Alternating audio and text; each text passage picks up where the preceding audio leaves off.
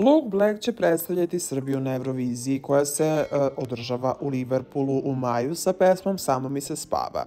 On je oduševio sve na izboru za pesmu za Euroviziju, imao je dobro osmišljen scenski nastup koji je prepun nekih neobičnih detalja. Međutim, najviše je sve zaintrigirao jastog, kojeg je Luka nosio i na promo fotkama pre pesme za Euroviziju. Jastoga nismo videli na sceni, ali Luke Black je u jednom intervjuu otkrio koje je značenje jastoga. Mislim da je simbolika jastoga dosta otvorena za interpretaciju. Meni su prijatelji slali da su ljudi na društvenim mrežama već pričali o simbolici koju jastog predstavlja i moram da kažem da je za neko moje poimanje to bilo jako blizu.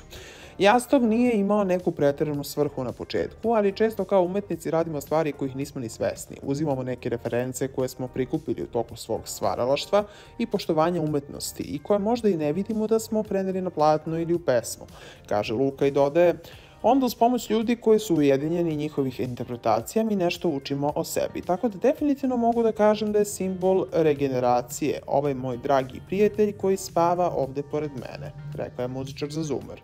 On kaže takođe da njemu nekako svet postane previše intenzivan u nekim momentima i da se nekako uvek bolje osjeća kada odspava. Koliko god za to njega bilo dobro, to nije dobro na globalnom nivou da ljudi spavaju dok se nešto oko nas dešava, kaže Luka.